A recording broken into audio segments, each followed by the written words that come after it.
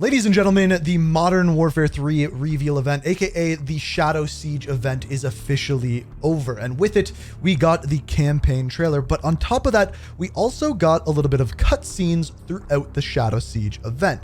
And what I wanted to do was put together a video for you guys which shows off what the campaign is going to be all about. Now, unfortunately, there's copyrighted music in it, so I'm going to have to talk over top of it, put my own music in, that kind of thing, to explain to you guys what the campaign is all about and what is the story moving forward. And essentially, there are three different parts. There is what's going on in Modern Warfare 2, moving into Modern Warfare 3. There is the Vladimir Makarov part of things, and there is the Task Force 141 part of things. When you put them all together, you kind of get what the story is going to be within the Modern Warfare 3 campaign moving forward. And that is exactly what we're going to be doing today, diving in throughout the trailer and breaking down exactly what is going on in the Modern Warfare 3 campaign. Don't worry, we're going to talk about many more things: multiplayer, no Russian, everything in between, moving forward in the days to come. But for now, let's dive in and talk about what the story is and what the campaign's going to be like for Modern Warfare 3. So we're going to start off with the Shadow Siege event. Essentially, what was going on is hidden underneath Zaya compound,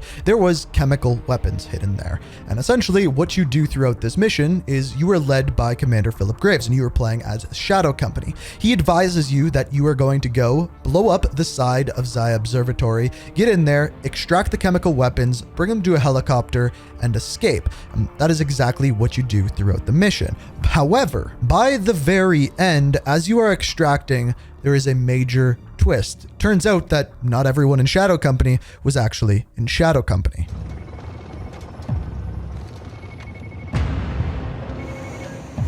Да. Так точно, командир. Химикаты под контролем. Начали.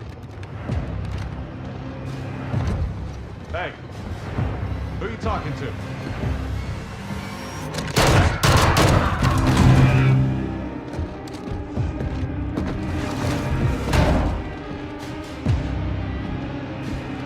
Все чисто.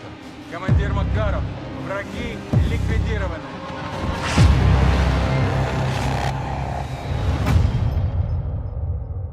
So they reveal that they are Coney Ultranationalist soldiers, and they are speaking to none other than Commander Makarov.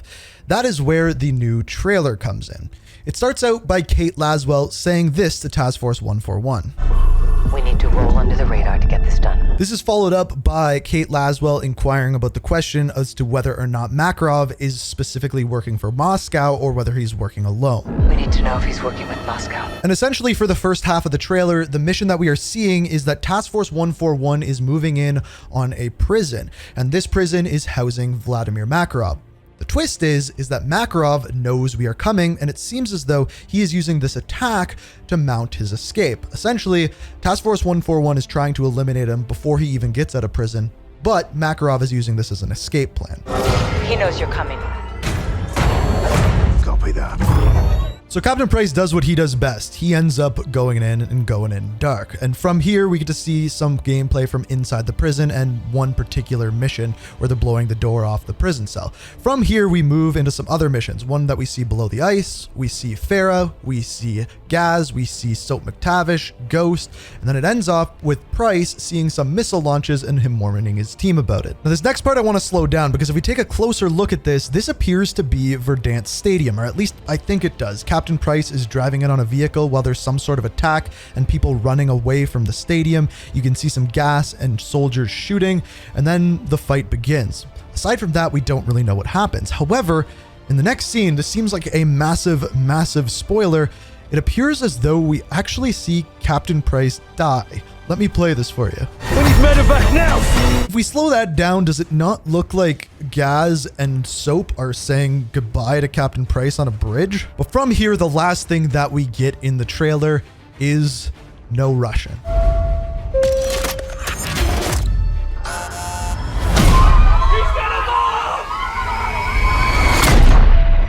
So that is obviously a continuation of the ending cutscene after Modern Warfare 2. So the post-credits scene where we see the character on the plane, gets his meal, underneath is a weapon, and then he goes and attacks the plane. That is the next portion of that scene. And clearly, we are going to be getting that within Modern Warfare 3. So in other words, no Russian 2.0. But I'm going to have a separate video about that one altogether. So then at the end of the trailer, we get our pre-order bonuses. So this includes the Nemesis Operator Pack, 2 different weapon vaults, which appear to be named Fate. You also get Black Cell for Season 1 with an extra 50 tier skips and 1,100 COD points. And then what you get instantly is a Soap Operator Pack, which works in Modern Warfare 2, Modern Warfare 3, and Warzone, as well as access to the open beta and campaign early access, which they say the campaign early access is going to be taking place a week before launch.